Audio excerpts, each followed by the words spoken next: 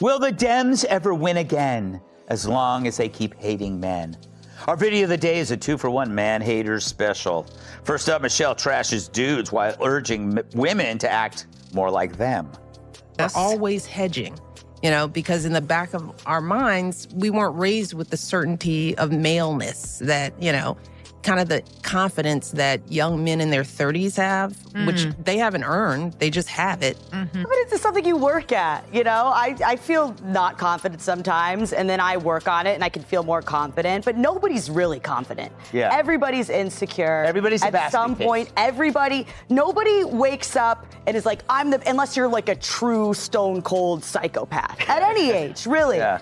And what she's talking about is maybe there are the men out there, they're like, women, when you get older, you're gross, like, ew. But those are men who are not having sex with anyone. Yeah. And I truly do not care about the opinions of those men, and I have a lot less money than she does. Yeah. So really, you kind of should just... Greg Gutfeld dives in with sarcasm as sharp as high-end heels, and Kat Timpf comes right after with her own style like a sharp-tongued hurricane together. They slice through Michelle Obama's polished image, turning her motivational routines into sharp comedy. This isn't admiration. It's a ruthless dismantling of one of the most idealized first ladies ever once. Greg begins, even Michelle's spotless legacy can't avoid the heat. Even if they run Michelle. According to a new poll, Michelle Obama isn't as strong a Democratic candidate against former President Donald Trump as many Dems would have you believe. In a hypothetical matchup, my favorite kind, Trump wins with 47% of the vote compared to Michelle Obama's 44%.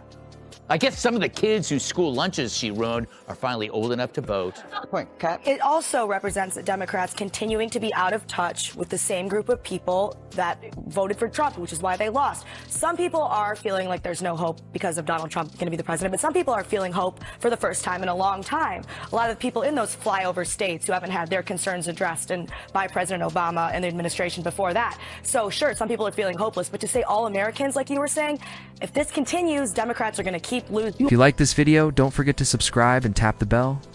Michelle Obama's publicity engine has been running for so long, it probably qualifies for retirement at this stage. It's less of a story and more of a repeat. She enters cultural debates like she's everyone's wise Aunt ready with a healthy snack and a guilt trip she's built her. Brand on judgmental looks aimed at the nation like it's a rebellious teen. Michelle Obama surprised fans on our new podcast by saying her pet peeve about her husband is that he's chronically late. For example, we're still waiting on him to admit he's from Kenya. And as for Barack's pet peeve about Michelle, he's mad that she keeps leaving the toilet seat up. When she cleans it. When she cleans it. Greg Gutfeld crashes in like a dressed-up wrecking ball, tearing down the illusion of Michelle's political neutrality. Neutrality from someone who strolls through every progressive opinion like she's headlining a halftime show Kat Timpf with. Her iced sarcasm turns Michelle's uplifting moments into punchlines. She's got a gift for revealing contradictions with a sweet grin that says, "Bless your heart." Have to use our voices to make these choices clear to the men that we love. Our lives are worth more than their anger and disappointment. What's that pitter-patter sound I'm hearing in the background? It's the footsteps of Barack running to vote for Trump. Michelle used to pretend politics wasn't her thing, the way a cat pretends not to, like affection all while enjoying sold-out arenas, where tickets cost more than rent in the places she claims to speak for her memoir tours wasn't a book launch. It was like a rock band decided to preach politics and hand out lifestyle advice. No one's saying she can't write a memoir, but if you give it a deep name, it shouldn't read like a yearbook speech edited by social media. But Michelle Obama says the deportations keep her up at night. So maybe there is some truth to Barack's birth certificate. And way to tip off Trump. Oh, please, I'm really worried about these deportations. I mean, just get a divorce already. Don't try to get him deported. There's a lot of conflation going on here. Deporting illegal immigrants isn't the same as... She talks about struggles like someone describing a not quite five-star vacation when Michelle says she's faced hardship, she means she had to stay somewhere slightly less luxurious. Her idea of pushing through obstacles is showing up in flats. Kat Timpf couldn't hold back pointing out how Michelle's personal stories are basically first world problems wrapped in feel-good speeches. Julie, she says women are invisible. Which women are she talking about? Oh, I see her women in commercials, in TV shows. They're all over the place and they're all yelling at everybody, telling them, I'm a woman. She's got some serious issues. She needs to go to therapy. Yes. And maybe stop doing radio just altogether, because we don't want to hear her speak. But she talks about, how young men were confident, which makes sense because she seemed like a pretty confident person growing up. Yeah. I don't know. I mean, you tell me. But I will say this, and I do believe she's actually biological female. She just plays the role of a man really well. Greg doesn't try to be subtle. He steamrolls her polished image like a demolition expert. The health campaign, for example. Sure, encouraging fitness is fine, but Michelle's school lunch reforms made meals look like rations, and somehow she thought kale would improve graduation rates. Her speeches start with poetic lines and end with a moral high horse, so tall it needs its own detail. And let's not forget how she dips into politics, then pretends it was by accident one moment she's hinting. At policy the next, she's all about book clubs and leafy greens. Of our minds, we weren't raised with the certainty of maleness that, kind of the confidence that young men in their 30s have, which they haven't earned. They just have it. We don't start feeling that and owning that until our 50s and 60s at a time when we start to be treated as invisible in society.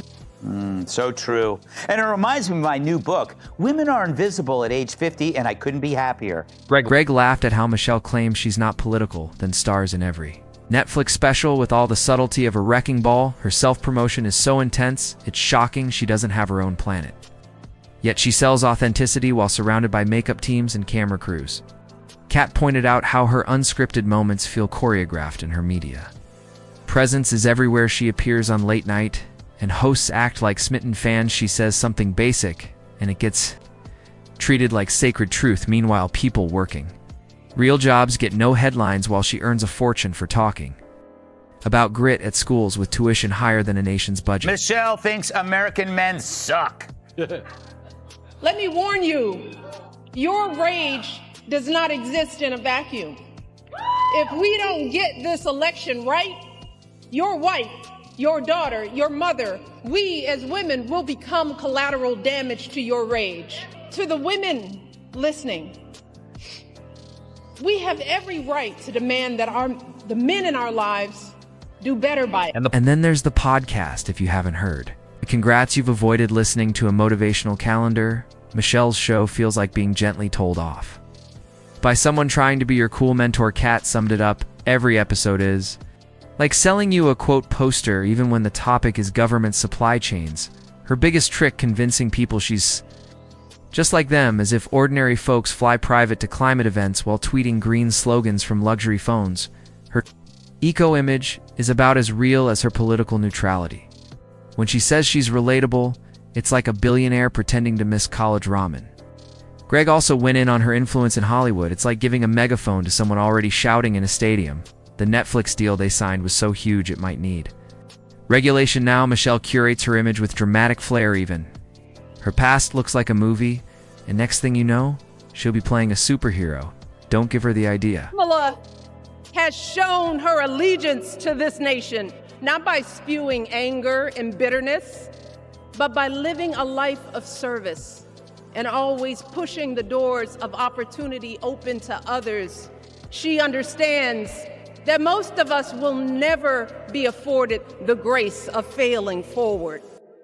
We will never benefit from the affirmative action of generational wealth.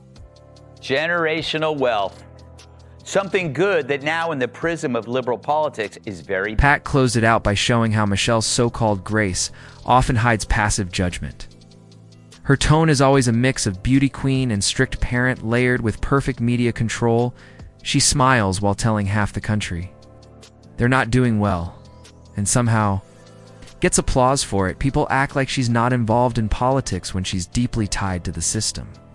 Her image is a safety blanket for elite progressives. It's like a fairy tale character with soft lighting and a voiceover the media treats her.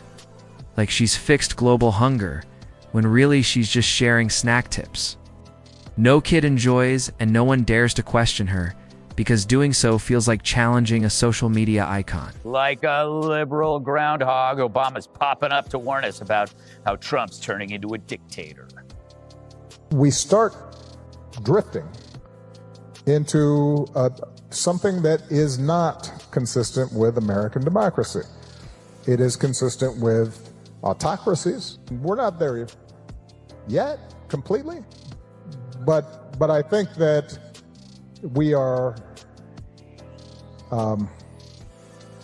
dangerously close to normalizing behavior. Michelle's wardrobe gets full news stories.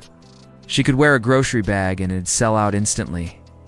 Kat joked that fashion write-ups for Michelle read like intelligence reports, analyzing every belt and accessory Greg couldn't resist bringing. Up her obsession with being morally superior, she treats virtue like a challenge pushing others to rise. But only on a treadmill, she approves she acts like America's ethical guide, but crashes into cultural fights like a news anchor chasing ratings. Kat cut deeper, mocking her image as a wellness brand ambassador, all while claiming she's not tied to the system. She helped build and still uses. Men can't name masculine Democrats. So, Congresswoman, according to a new study by a think tank, young men struggle to name any masculine Democrat leaders besides Barack Obama, saying it's the Republican Party that best represent men's interests. Are you surprised by this? Where did the Dems go wrong? Michelle's myth sticks because people confuse polish with honesty. She's perfected the look of thoughtfulness, while saying very little, like a pretty fountain recirculating the same water. Her real trick is making her power seem harmless while steering conversations sharper than many politicians. She hides behind school speeches and wellness talks, delivering soft control with the ease of someone who knows criticism won't come not. Because she's right, but because she's been placed above critique. Greg and Kat didn't just tease her, they pulled back the shiny cover. What's left isn't evil, it's something more misleading. It's a show pretending to be sincere. She doesn't just have a stage, she runs the theater. And when people cheer for her bravery, it's like applauding a magician for tricks you paid to see. Meanwhile, here's former First Lady Michelle Obama last night. Kamala has shown her allegiance to this nation, not by spewing anger and bitterness, but by living a life of service and always pushing the doors of opportunity open to others.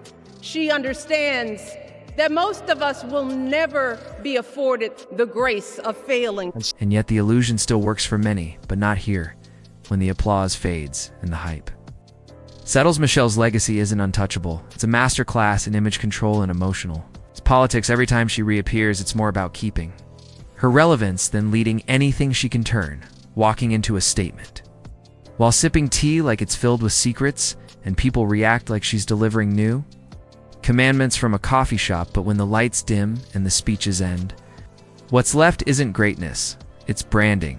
And brands don't last forever. The cheering will stop, the pedestal will break.